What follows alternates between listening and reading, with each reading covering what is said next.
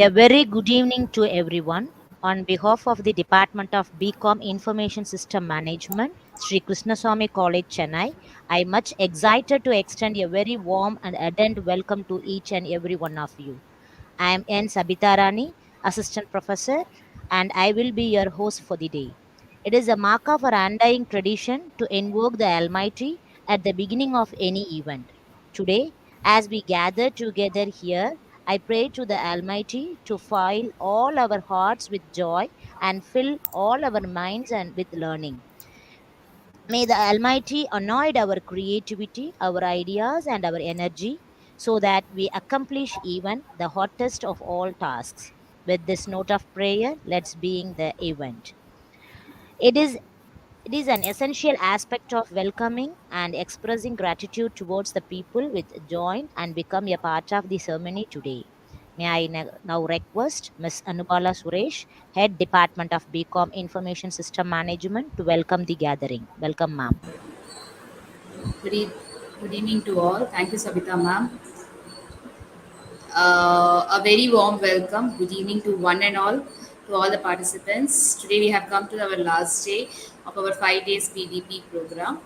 On behalf of the Department of BCom Information System Management, it is a high privilege to organize this PDP with esteemed guest speakers from various national and international colleges.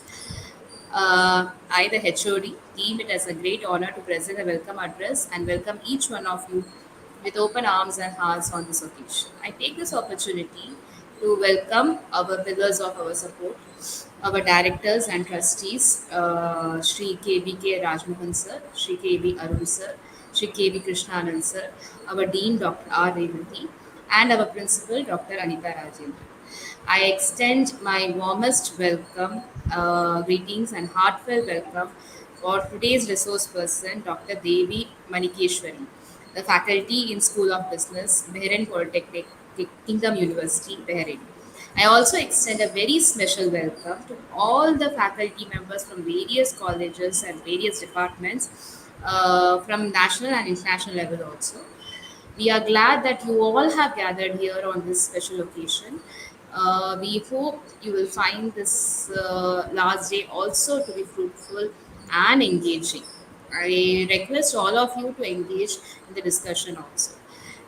Once again, I welcome all of you. Thank you.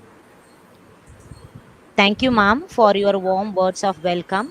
Today, as part of the International Professional Development Program on Pedagogy and Teaching Methodology for Academicians using AI tools, we have gathered here for a session on problem based learning as an effective pedagogical learning teaching strategies. The session will be wholly focusing on ways to manage an effective pedagogical teaching learning strategy and human interaction to ensure a holistic and student centered approach to education. To speak on this topic today, we have with us a well experienced faculty from School of Business, Bahrain Polytechnic, Kingdom University, Bahrain. May I now request Dr. Supalakshmi, Assistant Professor, Department of BCom Information System Management, to introduce our speaker for the day, Dr. Devi Manikeshwari. Good evening to everyone. Dr. Devi Manikeshwari is currently working as a faculty in the School of Business, Bahrain Polytechnic, Kingdom University, Bahrain. She has over 10 years of academic experience in 3 countries. She is an experienced academician with a PhD in HR on the topic application of psychometric testing in HR functions, an MBA in HR, and a BEd. She is a certified psychometrician with the British Psychological Society. She is an expertise in Cambridge EDXL and CIPD programs. She has delivered a multitude of guest lectures and expert sessions in many reputed universities. She has presented and published several research articles in an ample of national and international conferences and peer-reviewed journals. She has been active in academic research since 2013. Her research interests include psychometric testing in HR, higher education, and emotional intelligence. With due respect, we welcome you, ma'am, and it's a real privilege to have you with us today. Kindly take over the session, ma'am. Thank you very much, Dr. Subbulakshmi, for the introduction. I take this opportunity to thank Sri Krishnaswamy College of Women, IQAC, and Department of BCom ISM for inviting me to be a part of this PDP and speak on the topic of problem-based learning. So please give me a moment. I will set up the presentation.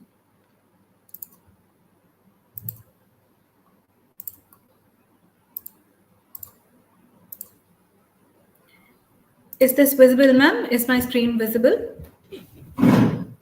Yes, ma'am. Yes, ma'am. Okay, thank you.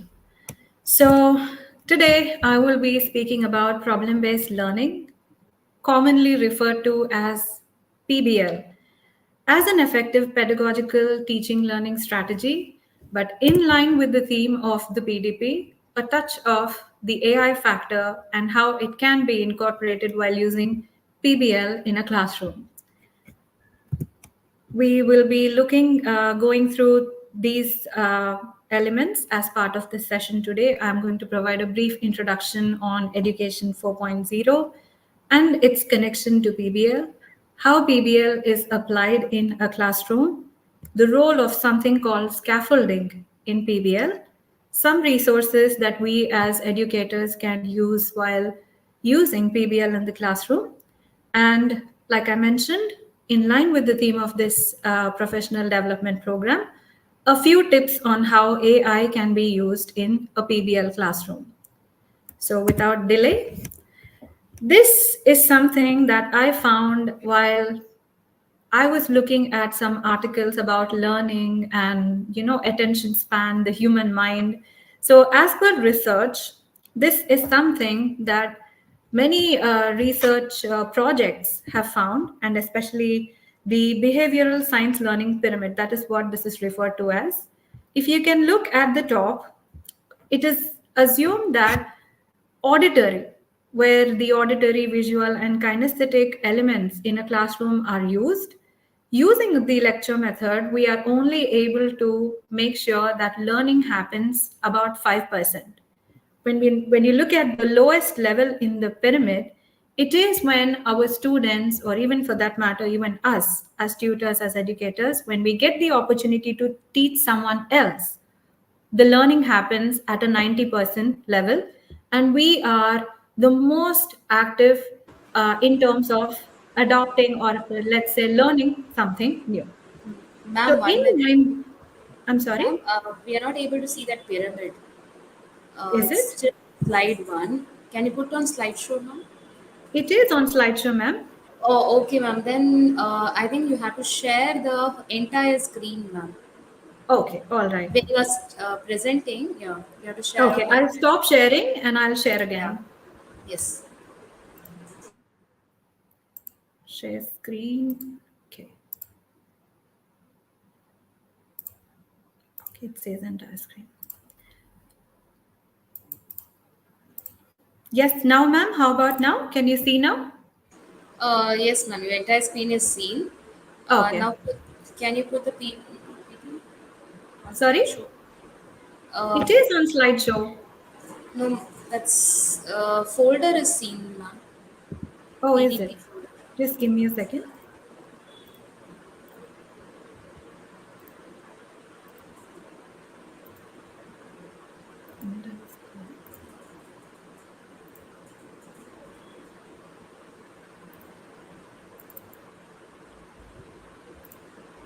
How about now, ma'am? Yes, ma'am. Yes, ma'am. Okay. Now it's seen fully, ma'am. Yes. All right.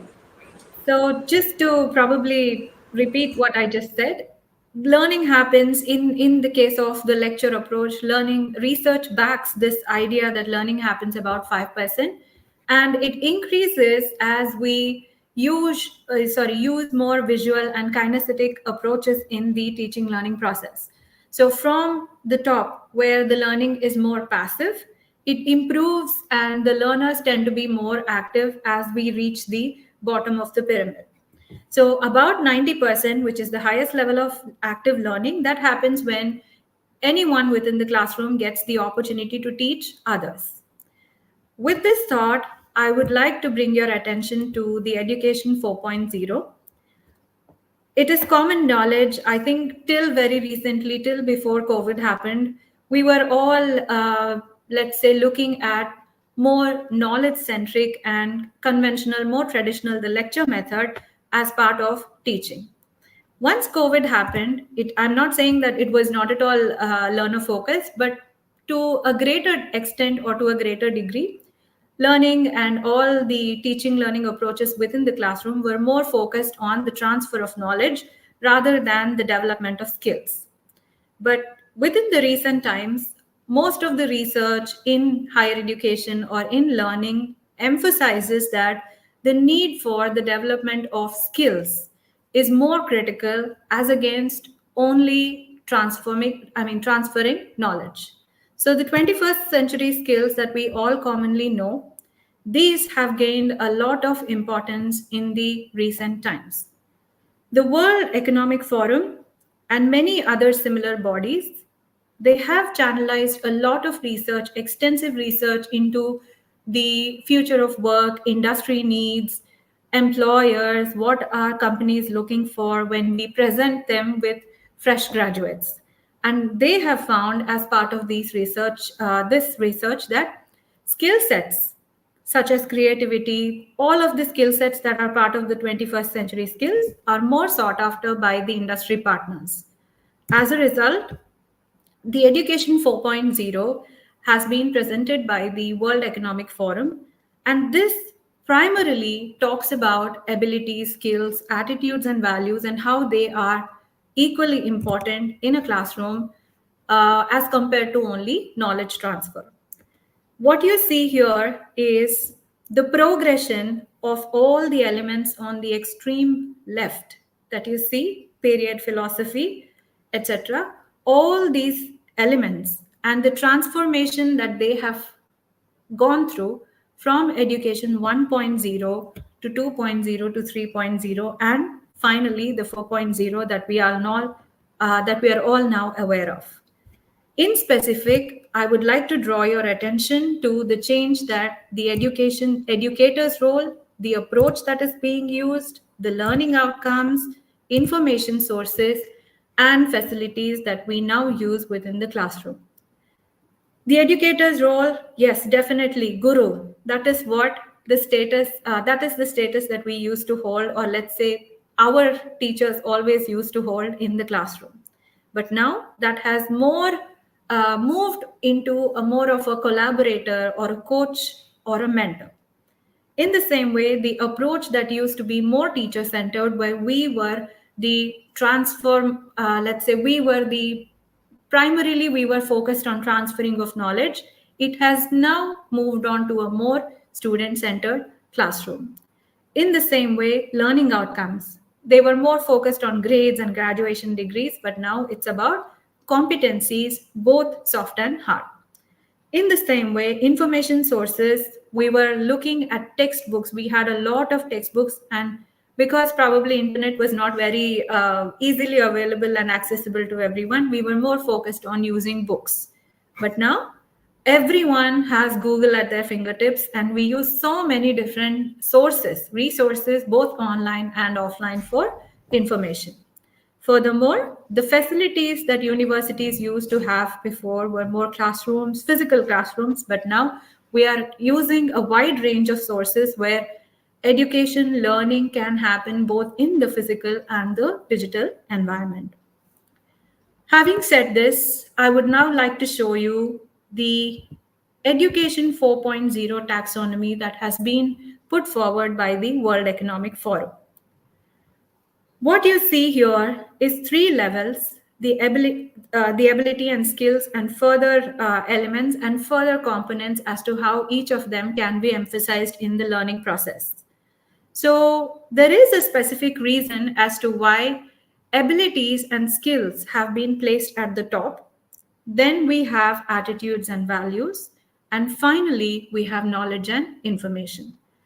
This is also backed by a lot of research where the demand for digital literacy, critical thinking, and creativity, if you can see here, have increased by in numerous percentage, let's say a very high percentage between 2012 and 15. So based on these findings, these research findings, the World Economic Forum has placed abilities and skills at the highest level in this particular taxonomy. And further, as part of abilities and skills at level 2, they have been categorized into cognitive, which are more or less analytical, social, which are interpersonal, and then physical. Now comes back to, let's go back to the 21st century skills that I was talking about earlier. We know the 4 C's, 3 C's. There are so many theories and so many, let's say, C's that we refer to when we talk about 21st century skills. But here, the role of higher education, all higher education institutions, universities, colleges, training institutions, it becomes our responsibility to transform these 21st century skills into employability skills. Anyone who can think critically, or anyone who can communicate in an excellent manner, or can collaborate and work very well with others, they would also have to be taught how these skills can be utilized for their enhanced performance or productivity in the work environment. So this is where higher education institutions play a very important role, and we are the ones, the educators, we are the ones who have to strive to transform our classroom into a place where the students are given the opportunity to use their 21st century skills and see how they become, or they would change into employability skills in their future workplace. Moving on. As I mentioned earlier, this is a further extension of the Education 4.0 taxonomy. This is a framework that has been provided by the World Economic Forum. And if you can see here, I would like to draw your attention to where problem-based and collaborative learning is placed.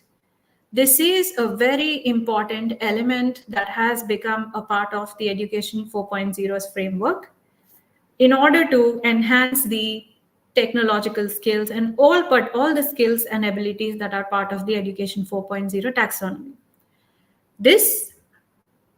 In saying this, I would also like to show you the NEP 2020 highlights for higher educational institutions. We are all aware of the changes and the new framework that the NEP 2020 is planning to bring forward and introduce across all levels of education in India. One of them is skill development and vocational education, digitalization of teaching learning process, technology in education. All of these can be addressed by the PBL method. Moving on. Now I would like to give you a brief introduction of what the PBL, or the problem-based learning approach, is in the higher education arena. Before I say anything, I would like to mention here that this is something that probably all of us are already using within our classrooms while teaching different subjects, courses, different levels, across different levels of education. But however, here I would like to show you that this is something that has been in practice across the world since the 70s.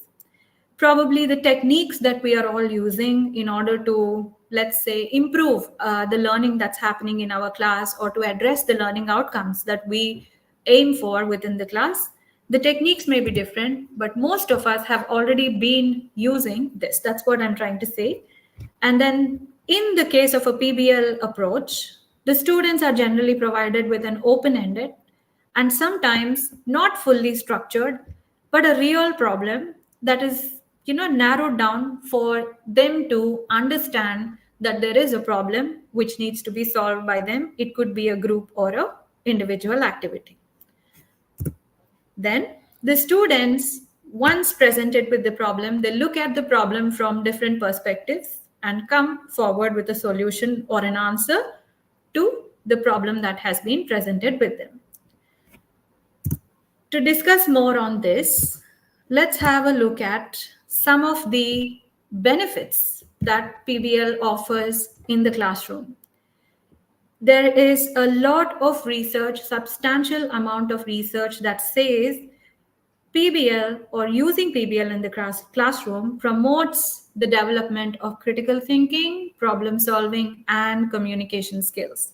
If I'm not wrong, one of the participants had a question about this, I think on day 2 or day 3 of the PDP, where I think Ms. Sahaya Nixon, I think she was the one who was asking about whether or not AI could enhance critical thinking of students in the higher educational institutions.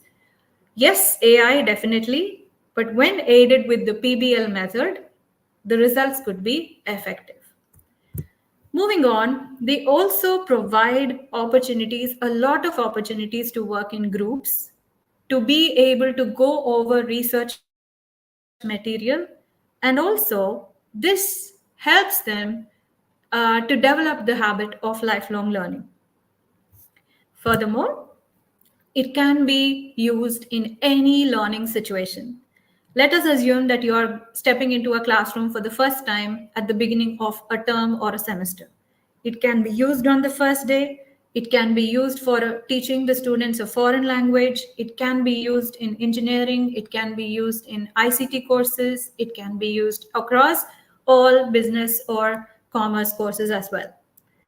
So this is usually an approach in the institution where I am employed. This is an approach that we try to use across the whole semester, because this is, like I said, it is very helpful in enhancing the skills of students. So this is something that we practice.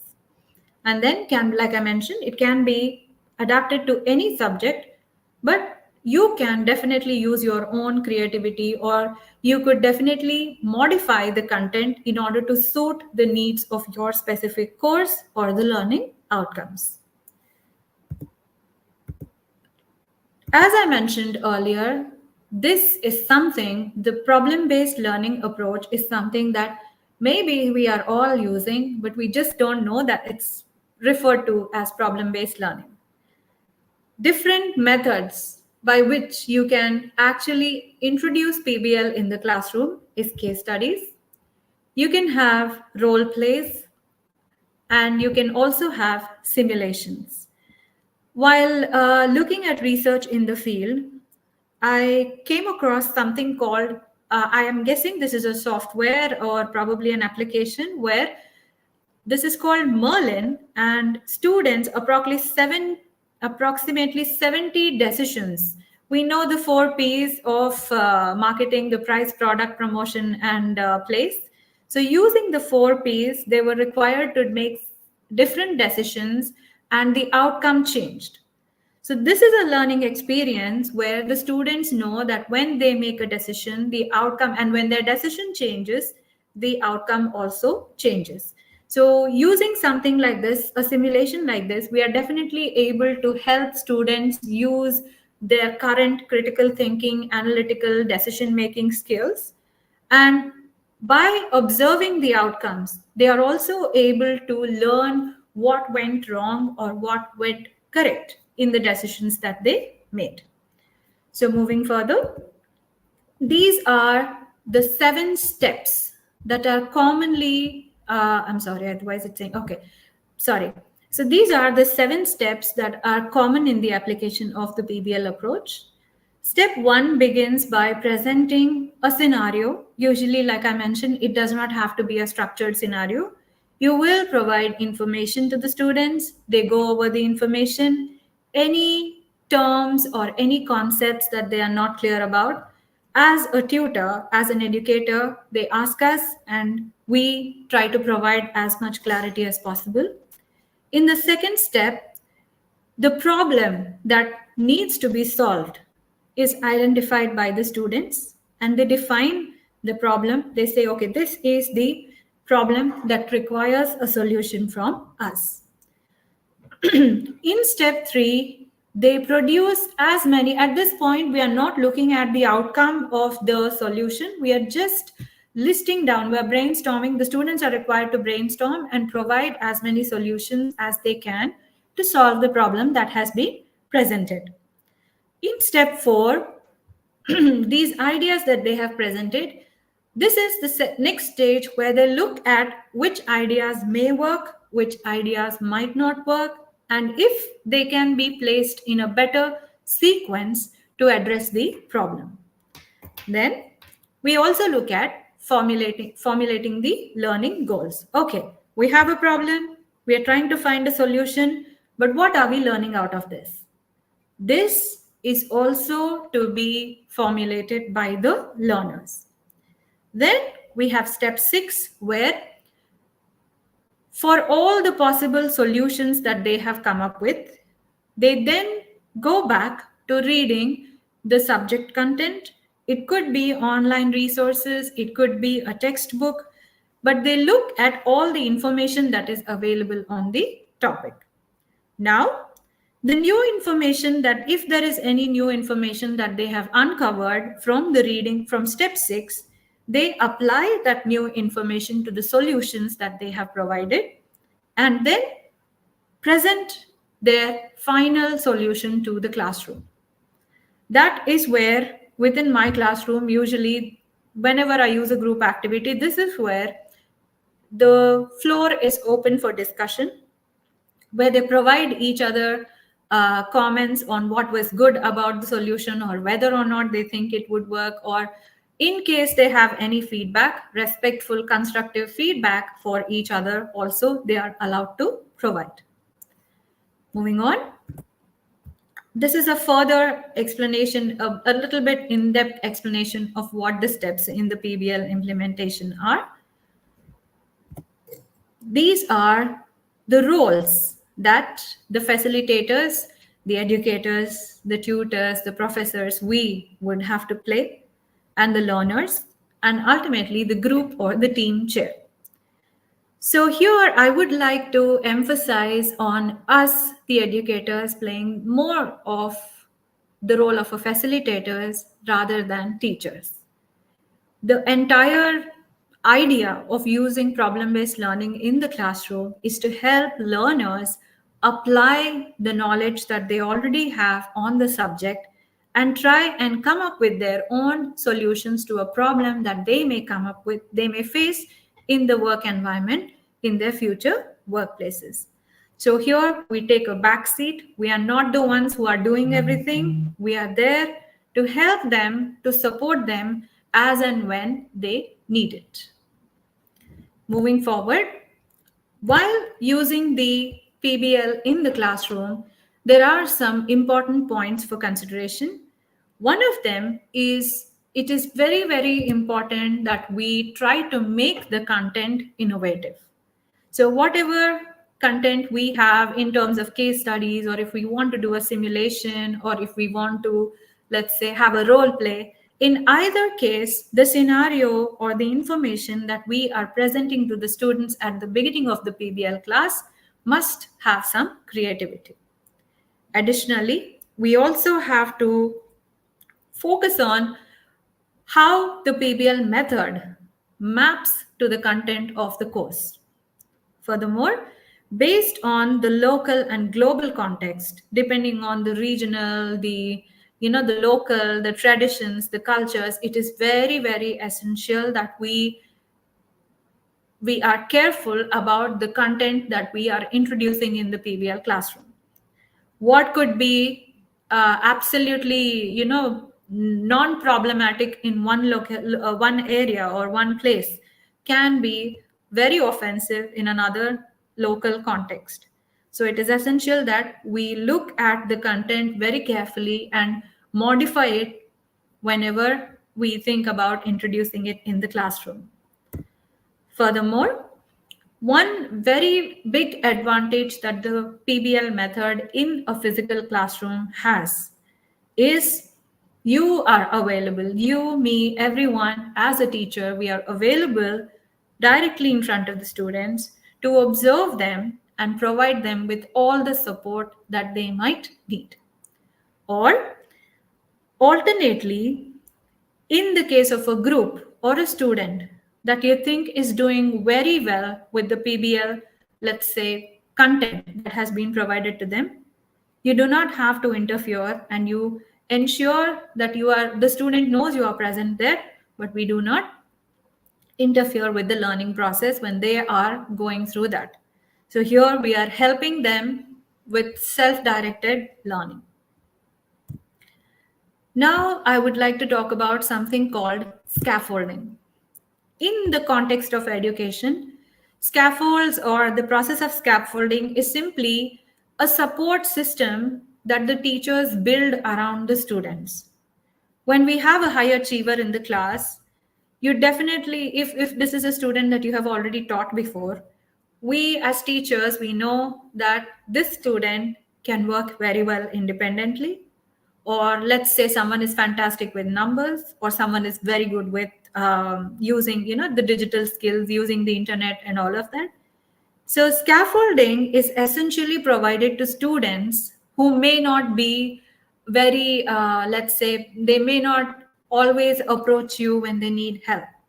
So in our role as a facilitator, in our role as a support system, we provide them with all the support that they might need. We are ensuring that they know we are there to help them. So this is especially important in the case of differentiation within the classroom. We are all aware of the fact that students come to the class with different learning needs. Some of them are auditory learners, some of them are visual learners, some of them learn well with kinesthetic content. So it is our responsibility to be able to provide them with support, different levels of support that they may need at different situations within the PBL approach. So in terms of the support that we can provide when using PBL, we can give them lessons, we can use modeling in the class, we could use coaching, we can conduct workshops where they are doing more rather than us teaching. And then we can direct them towards tools. It could be physical tools, or it could be even digital tools that they may use as part of this in the classroom, and any other resources depending on the circumstances. Furthermore, there are also some other very important factors while deciding how much you want to support the student. Some of our students may be weak in terms of language proficiency. So we would have to look at the level of language that we are using in the PBL content. Use of very high complex terminology, total jargon, it can scare them at the very beginning. And all through the scenario or information or content that we are providing, it is very, very essential that we provide a lot of clear guidelines. Then the presentation of the problem. This was what I just mentioned, depending on how well, or the group that you have, how many audio learners, how many of them effectively learn using audio aids, visual aids, or kinesthetic aids. We would have to use a combination of all three methods while presenting the problem. Furthermore, there is a possibility that not all of the students in the classroom may have equal access to the technology or any other resources that are needed for research. So it is essential to identify and see as much as resources that can be provided to them. And last but not the least, technological expertise. How well are they, let's say, trained, or what is their confidence level in order to use the technology that they would need to solve this problem? Now, here are some examples that I have come across. In topics such as policy and governance, we could do natural disasters, relief measures, policy implications. In social sciences, we have production, distribution, and consumption patterns. Business studies and management, I just put two here, but the list is innumerable. And then we have allied environmental and health sciences and ICT. So these are just some samples, or let's say some examples that I have come across using the case study method as part of the PBL approach. These here, what you see here, are a list of journals that are Scopus indexed. Most of them are indexed journals you would be able to find a lot of case studies. Most of them, I think, are open access. So we would be able to find, as teachers, a lot of resources here, many case studies here that we can see. And sometimes even you can take a part of the case study, modify it by providing the source. You can modify it and also use it in your classroom to suit your learning outcomes. So Elsevier, Emerald, IndoScience, all of them are there. Now, this is another example that we could use for PBL, but with integration of AI. Now, when we talk about teaching with AI, or the using or application of artificial intelligence in our teaching methods, does it always mean that it is only the teacher who has to use the AI? Definitely not. AI is something that is available for use for all of us. So if you want to use AI in the classroom and also encourage your learners to do it, this is one very good example that I found. So initially you would introduce, let's say, the students, you will give them statistics on food wastage in different districts during the festive season. Then we ask them to use an AI tool, anything, it could be ChatGPT, it could be Bard, which is now Gemini. We could give them, we could give them the freedom to pick any AI tool and ask them to generate 2 strategies for addressing the problem of food wastage. Now the AI comes up with different strategies. There is, we can say that the strategies that AI has generated may or may not always be applicable in real life. So this is where we ask the students to critically evaluate the solutions that AI has provided them with. Now, using these strategies for each of the districts with their common knowledge that is human, they try to identify what are feasible, what can be used, and what cannot work in the real world scenario. So this, or using AI in such situations, can actually help them to identify and appreciate the, let's say, the credibility of all the AI tools that we use.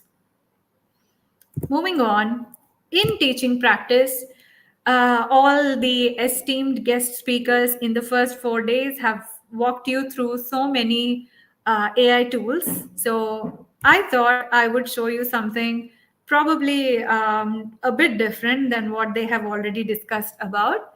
So this is Got Learning. I believe this is used for providing student assignments, feedback to students' assignments. You can set up the feedback, and based on every assessment that is uploaded, you can actually generate artificial intelligence generated feedback for the assignments. Transforms text into slides. This is Canva, the Magic Studio. Yes, definitely a very sought after and popular tool now. And we also have Lumen 5. But furthermore, once you look up, when you try to use Google or you try to find out what are all the AI tools that you can use in the classroom, it will show you a very long list. But as teachers, as adults, we all have the time to explore each one of them and see which one is paid, which ones are free, which features are free, and are these free features useful to us? The answer, I think, if I ask all of you, 50% of you would at least go with no. We are all already very busy with a lot of responsibilities, both personal and professional. And at college level, all of us in college level higher education, we also have the pressure of research and continuously improving the approaches that we use in the classroom. So does that make us outdated if we are not using AI in the classroom? Does it mean that we are not up to date, or that we are somehow backward as compared to all the educators who are using AI? I would say no. AI in teaching must make our life easy and not the other way around. You want to use AI in your classroom? Fantastic. Please go ahead and do it, but not in a way that makes you more stressed or not in a way that makes you feel demotivated, where you try using a particular tool and then you'll realize that, oh, I cannot download this, or oh, I cannot, this is something that does not 100% match my learning outcome. So I would strongly suggest that the most important thing to remember for all of us when using artificial intelligence or even trying to explore the use of artificial intelligence in our classroom, it is to keep it simple. Now I would like to show you something very, very funny that I have come across yesterday on LinkedIn. This is a conversation. What you are going to see now is a conversation between one of my connections on LinkedIn and Gemini, which is, I'm sure all of you are already aware, Bard is now Gemini. So my connection said on Gemini, he said, create 4 images of cute cats in different situations with speech text bubbles saying OMG. Gemini came up with the response, I cannot generate images of that. Try asking me to generate images of something else. This person then said, please. He only typed in please. And this was the response that Gemini came up with. Sure, here are 4 images of cute cats in different situations with speech text bubbles saying OMG. And this is just one picture you see here. Gemini was able to produce 4 such pictures. So his post said how please, the word please, works wonders with Gemini. So like I mentioned, artificial intelligence definitely has a lot of benefits when we can use it in the classroom, but that should not become a source of pressure or stress for us. We always have to make sure that we take it slow. We use one tool at a time and probably see how well it fits our needs in the long term. And if it does not, just move on to something else, which is okay. So like I mentioned, what you see here, Bard is now Gemini. In my teaching practice, the AI tool that I most commonly have been using in the past 6 months, not regularly, but at least in the past 6 to 8 months, is Bard. Now it is Gemini, like I said. And most of the time, all you have to do is just type in, yesterday, I think day before yesterday, Dr. Koteshwara was talking about this, that you can give very specific prompts to generate the exact information that you need. I teach management. So as part of my course, all I say, I want a case study on organizational change or organizational efficiency with 6 short answer questions and answers and 10 multiple choice questions with answers. And it generates one whole case study with all of the required data that I need. But if you ask me if I always use the exact same case study in my classroom, 50% of the time I would say no, because sometimes it does not fully meet the learning outcomes that I'm trying to achieve in the classroom, or it provides a lot of more information than what I need at that point of time. So I always make time to modify the information or the case study that Gemini comes up with to suit my classroom and the needs of the course and learners. Another tool that I commonly use is WordWall. These are all free. They have no subscription charges, no paid, they're not paid tools. WordWall, you can generate a range of activities, all that you can see here. You have matchup, you have quiz, you have a random wheel, all of these. Believe me when I tell you this, as part of the higher education, you do see that the students are more engaged when you use activities like these, which are more commonly used in schools. We know that all these kind of activities are very, very common in school level, but sometimes It could be even once in a month. When you use something like this, you can see a lot of student engagement in the classroom. In Word Wall, you can develop up to 5 activities for free, and after 5, it is paid. Moving on, some more AI tools. These are all, very simple tools. I came across Text Magic. I have personally used it. There are so many. I especially use the text to speech converter because last semester or last year, I had a student who could not see, who could not read, who could not write. So every document, every piece of information, every teaching material that I shared with the classroom, I had to convert it into audio files and share it with this particular student.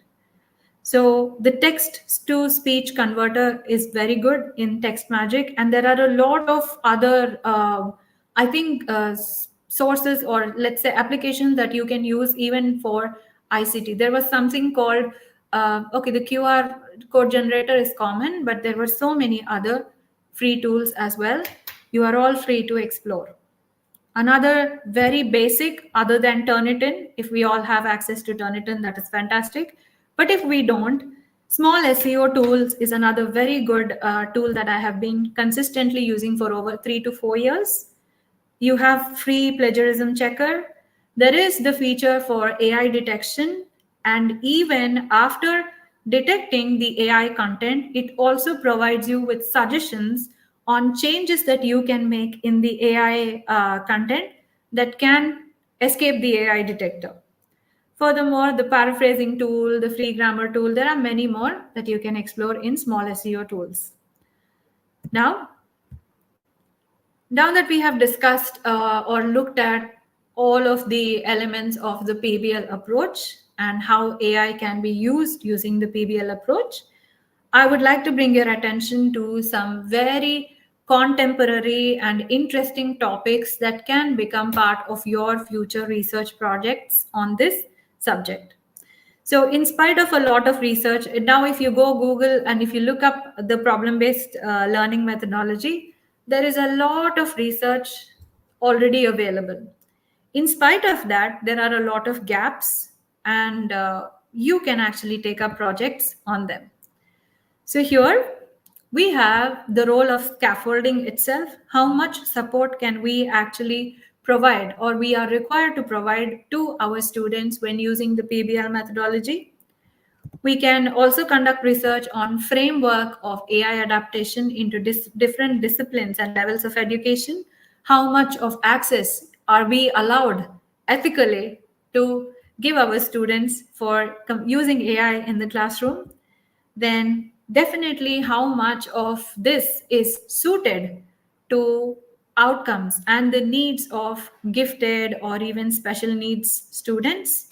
There are limitations definitely of how much you can use AI or PBL in the classroom, especially in the context of gifted or special needs learners.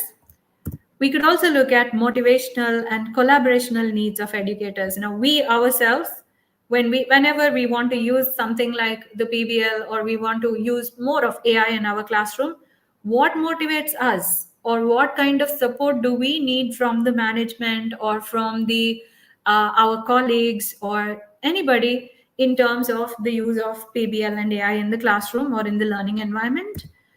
And further, okay, we have now used problem-based learning. We're saying problem-based learning is very good at improving the critical thinking, analytical thinking, leadership, all the possible employability skills of students.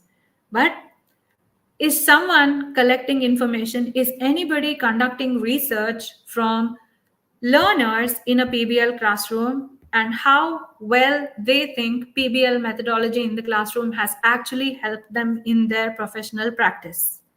It is very, very important research that needs to be addressed.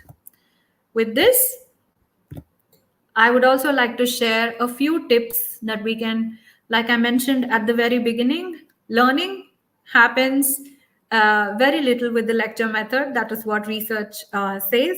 But it is impossible to completely eliminate the research method the lecture method in the classroom, because Only when the transfer of knowledge happens as a first step, we can then do activities or use other teaching approaches or strategies to ensure that this knowledge is applied for real life scenarios.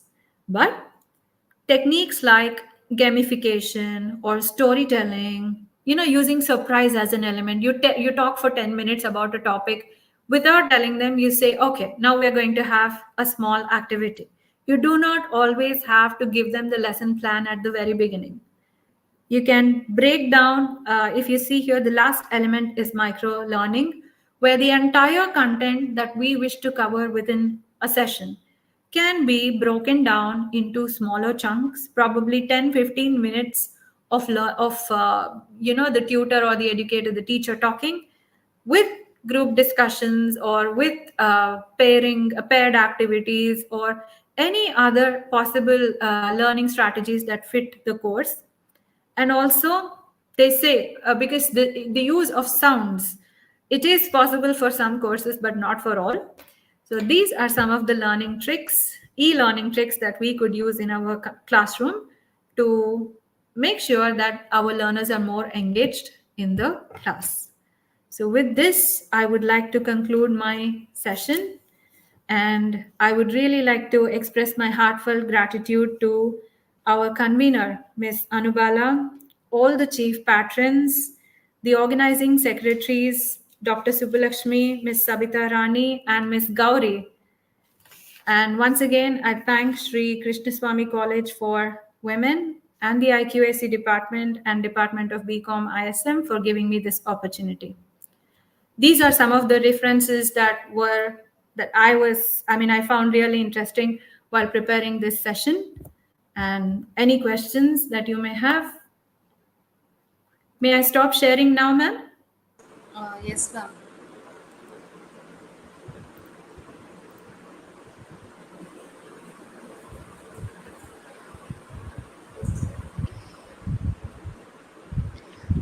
Thank you so much, ma'am, for keeping all of us engrossed throughout the lecture. It's truly helped us all to magnify our knowledge on problem-based learning as an efficient pedagogical teaching learning strategy in the best possible way. Now, it is time for an interactive session with our guest speaker. I request the faculty and the students and the faculty members to ask queries and get their doubts clarified if any.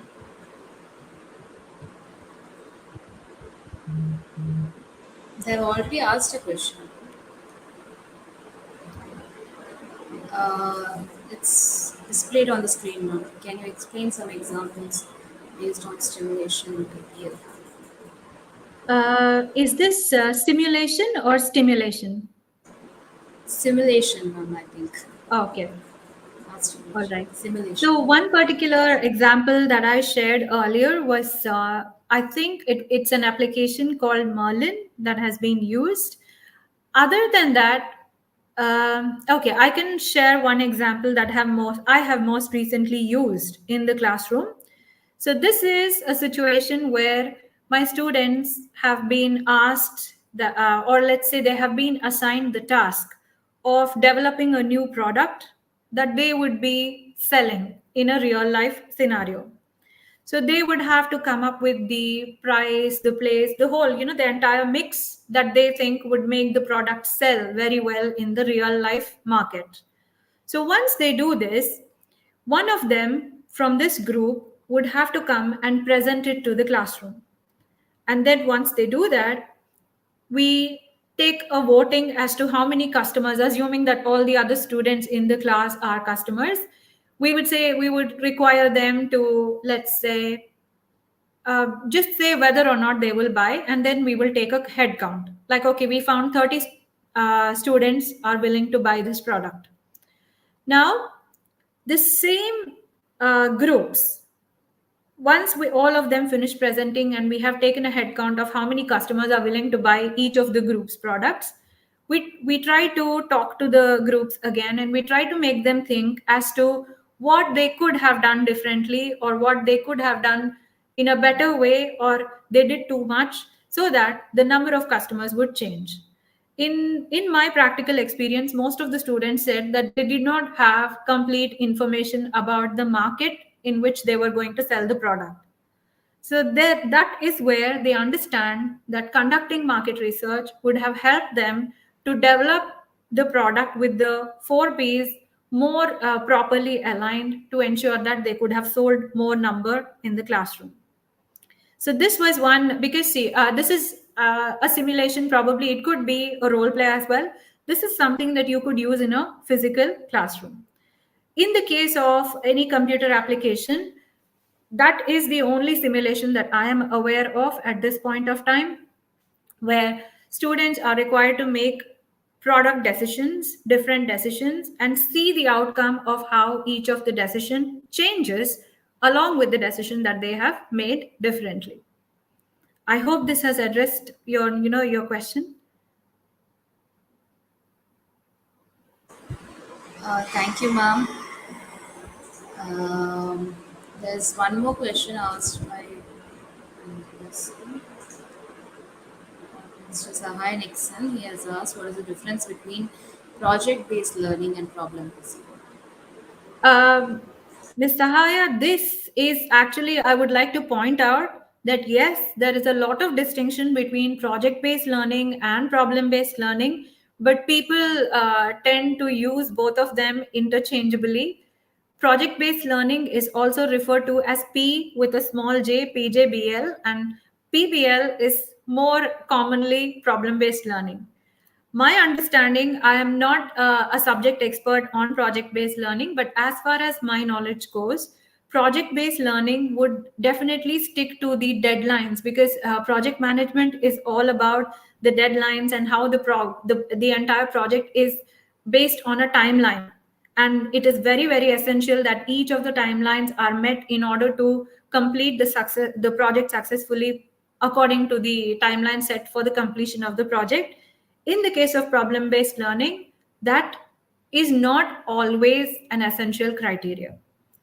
At this point of time, with confidence, this is what I can tell you.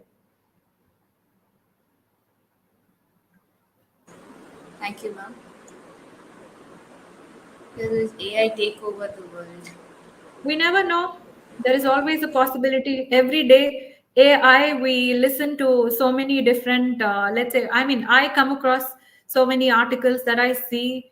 It seems, was it, I think it was, is it Chinese? I think most recently, in the past 10-15 days, I saw that they prefer to interact more with AI personalities rather than real life humans. So we never know. There is a possibility, I would say.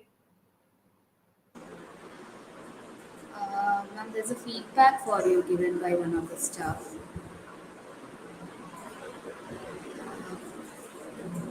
Thank you very much, Miss Dora, because this especially this point that I mentioned, I spoke from my personal experience, because when we see around us, it sometimes feels like it is a mad race, where today we are all, because today they say, okay, you have to do a lot of research.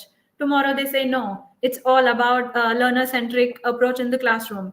Then one more day they come up with, okay, no, now we're no longer doing lectures, we only want completely learner centered activities. Then comes AI. The trends, the world is changing very very fast, and it does not have to be a competition. Just because someone else is very fully using AI in the classroom, it does not mean that we would have to do that as well. Everything has to be according to a pace that we find comfortable. It's here to make our life easy, not more stressed and complicated. Thank you, ma'am. Ma'am, sometimes ChatGPT gives redundant answers. Yeah, this is exactly what I was talking about earlier. It definitely, I think, would depend on the prompt that we are providing the tool itself when we are trying to generate some information.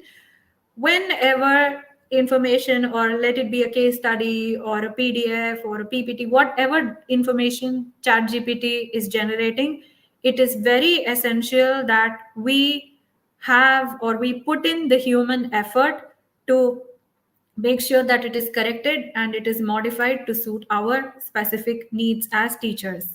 Because you cannot already always be confident if you just go to Gemini and say a case study. Okay, why? Let's say, for example, diversity and inclusion. Let's talk about diversity and inclusion. Now, everyone is talking about diversity and inclusion in organizations and how it is very important for us to have a diverse workforce, and how it is important to make sure that everyone, all the employees feel included and part of the organization. If you go to ChatGPT and say, I want a case study on diversity and inclusion, there is a 90% chance that the case study that ChatGPT or Gemini will generates for you can talk about gender and how different genders. Now there we have the issue of transgenders and all of that.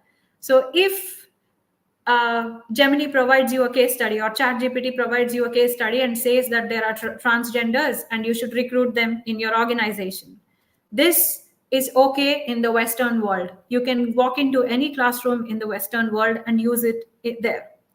But in some parts of the world, it is considered very, very offensive and against the values of that particular country or culture. So the human intervention is very, very critical to make sure that the content, the AI generated content, is easily transferred and used in the classroom. You cannot just go ahead and use anything.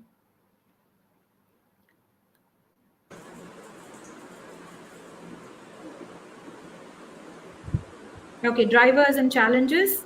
Definitely the time, Miss Sahaya, definitely the time you would have to, if you are able to use, depending on the access that your institution, your college or university has provided you, if you have access to all the open access resources, you will be easily able to find case studies that you can use in the class.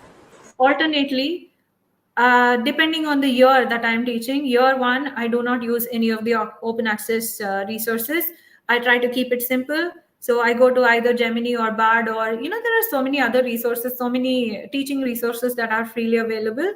So you can pick and choose and modify it. And if it even, just make sure that it is fully adaptable and it suits your need, and use it in the classroom. One of the challenges is, recently I was able to work on a research article about PBL in higher education and how it is aligned with Education 4.0. One of the most common challenges that I was able to identify was the support that tutors would need in order to have a PBL, let's say, PBL resource for each and every classroom. Yes, research says PBL is fantastic. You can use it for any topic, for any course. But how do we make the time, or how do we find the time to develop a PBL, let's say, lesson or a content for each and every class? So this here, one very good solution is resource sharing. If all the educators within an institution are able to share the resources that each one of them is able to develop, then it could actually solve the problem of time as a challenge. Additionally, the steps that are to be followed in that particular order for a BBL lesson are very important. So, depending on the topic, yes, you may be flexible, but it is very important that the students understand the requirements very clearly when they are presented with a PBL lesson or content. Sometimes what happens is, when we provide them with information or a PBL scenario, they sometimes feel overwhelmed. They feel like, okay, this is too much for us, or maybe we do not have all the information. So it is very important that we as educators make them understand that we are there to support them. We are the knowledge experts. We are the subject matter experts. So they have to have confidence that we are there to help them. But the scaffolding process that I was talking about, that also should be carried out with a lot of care.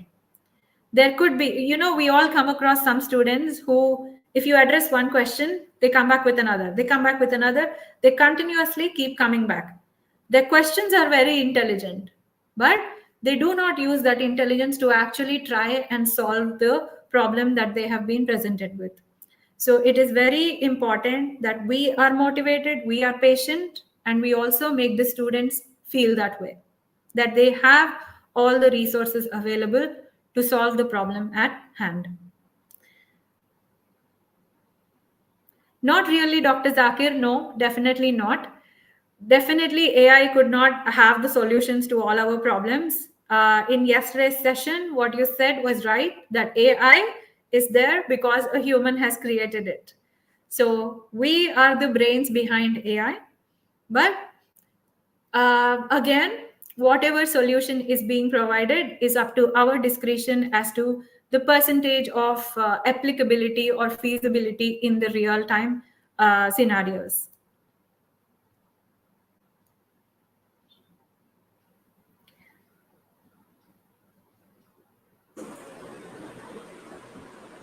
Ma'am, I think that's all the questions till now. Okay. There was one more question, ma'am. Same Sahai sir had asked. Invisible barriers to EPL through AI. Invisible barriers in terms of the use of AI, I think the same barriers that apply, whether it's the tutors or the students, I think the same barriers would apply. One of the most common barrier I find, or the challenge I find, is the costs and the time associated with artificial intelligence.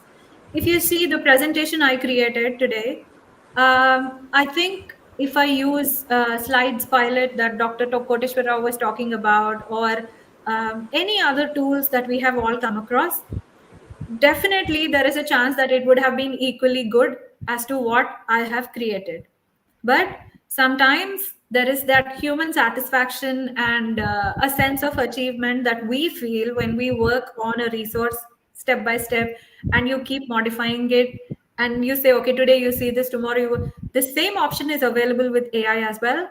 But sometimes that human element is definitely important to consider when using artificial intelligence for all our teaching needs.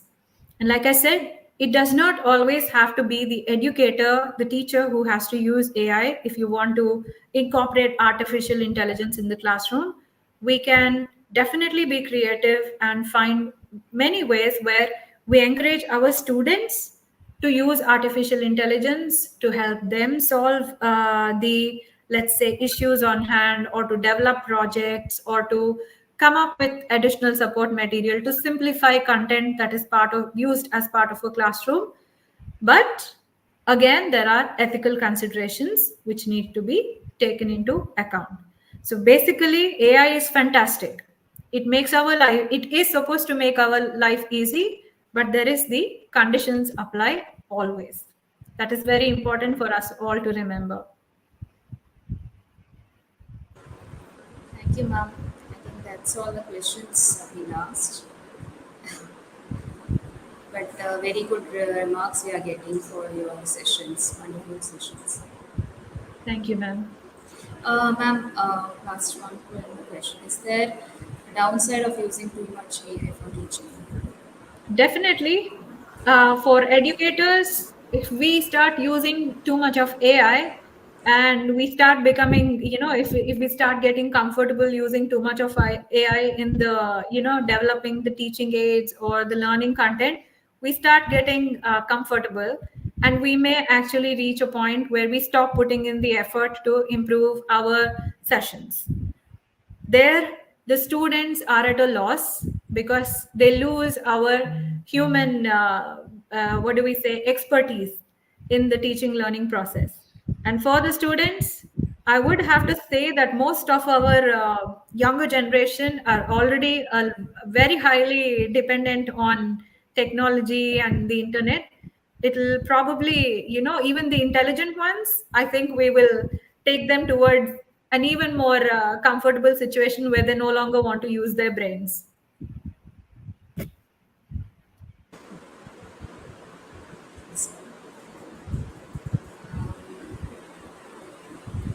ma'am. I think we can end the session, ma'am. Can we? No?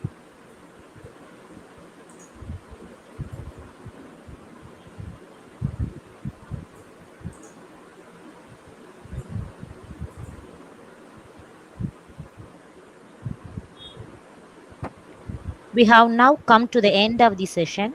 Without any further delay, I request Dr. S. Subbalakshmi, Assistant Professor, Department of BCom ISM, to propose the vote of thanks. A very good evening to one and all. Being thankful and expressing gratitude to all the people who had been instrumental in the successful outcome of the event is an essential aspect of every program. I, Dr. S. Subbalakshmi, deem it is a great honor and privilege to propose the vote of thanks on this occasion. First of all, I start by giving glory and thanks to the Almighty God for making this International Professional Development Program a resounding success. I would also like to thank him for helping us with good connectivity throughout the session. We are deeply indebted to express our sincere gratitude to our directors, Sri K.B. Rajmohan, Sri K.B. Arun sir, and Sri K.B. Krishnanand sir for their meticulous support throughout the year for organizing various programs. I would like to extend my heartfelt gratitude to our Dean, Dr. R. Revati, and our Principal, Dr. Anita Rajendran, for the support and stewardship that they extend to the college on the whole. I would like to express my profound gratitude to our resource person, Dr. Devi Manikeshwari, Faculty, School of Business, Bahrain Polytechnic, for kindly accepting our invitation in spite of her hectic schedule and gracing the session with her insightful address. Thank you so much, ma'am. Heartfelt thanks to Ms. Anubala Suresh, Head Department of BCom Information System Management, for her unstinted support and guidance in organizing the 5-day International Professional Development Program. I thank all the faculty members of the Department of BCom Information System Management for their cooperation and hard work in the organization of the event. Also, I thank all the faculty members from various departments and various colleges for accepting our invitation and being here on all 5 days to grace the occasion with their presence. The 5-day International Professional Development Program on Pedagogy and Teaching Methodology for Academicians using AI tools is coming to an end today. At this juncture, the Department of BCom Information System Management, Sri Krishnaswamy College for Women, is much obliged to extend a sincere gratitude to all the 5 resource persons, Dr. Salaman Tangudurai, Dr. Tamil Chelvi, Dr. Kotishwara Rao, Dr. Shakir Hussain Sheikh, and Dr. Devi Manikeshwari for giving all of us a clear understanding on adapting teaching practices in response to AI and equipping everyone with immense knowledge on various opportunities and challenges of using AI tools in teaching.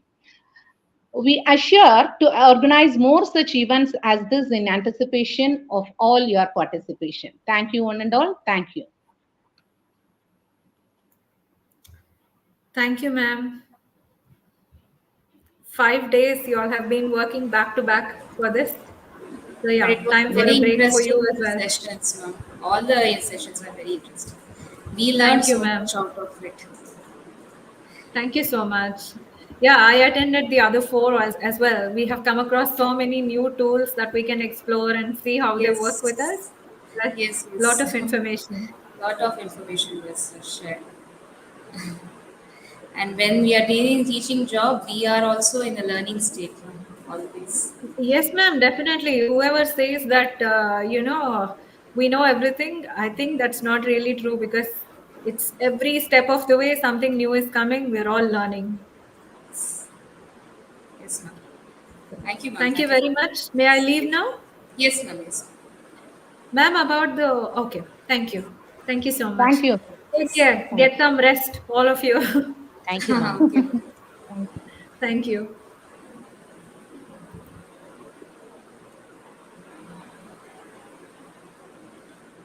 Participants, kindly fill the feedback form. The session will be open for the next 5 minutes for you to fill the feedback.